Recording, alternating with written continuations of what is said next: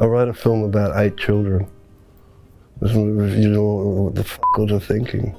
It's ridiculous. 8 children, never been on a film set before.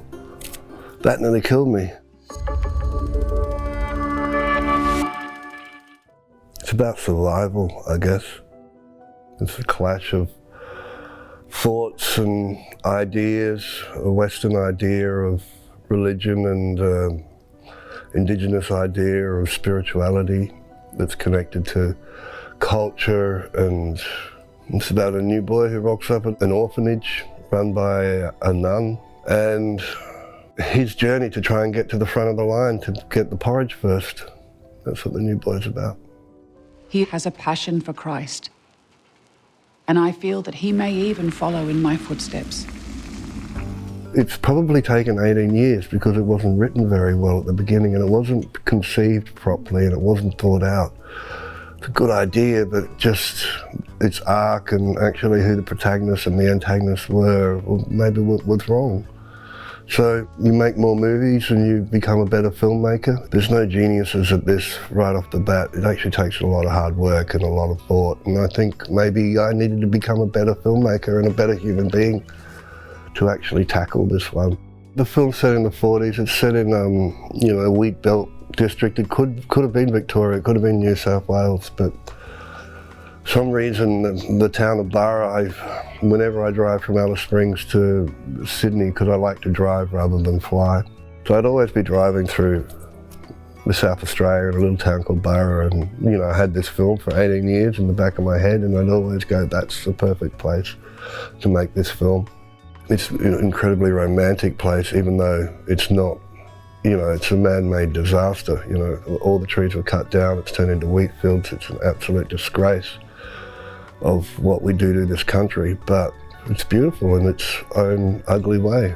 The irony of it was about 4 years ago, the film was making some waves financially, and I chose the exact spot to build the monastery.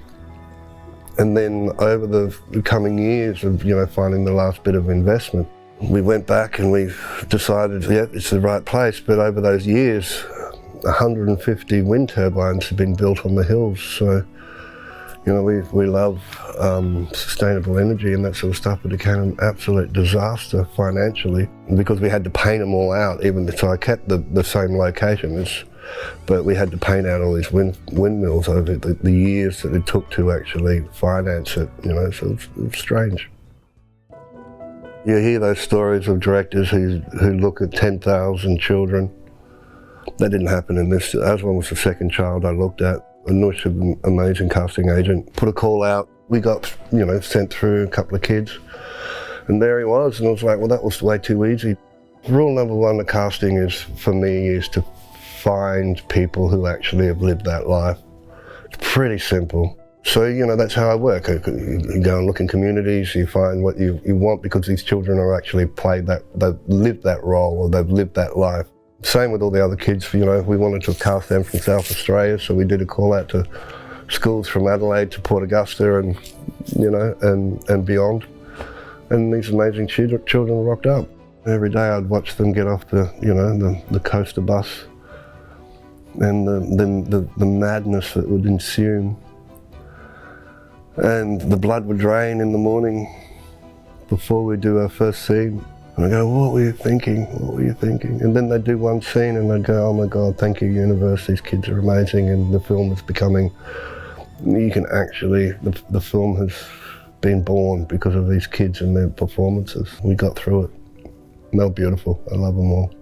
I'm more interested in cinema that actually plays that game. I don't like cinema that is homework or a lecture, but I like cinema that actually does work so a country can look at itself and understand a little bit more about its past so it can have a better future. So I think there's something in that for me of why I wanted to make it, you know what I mean?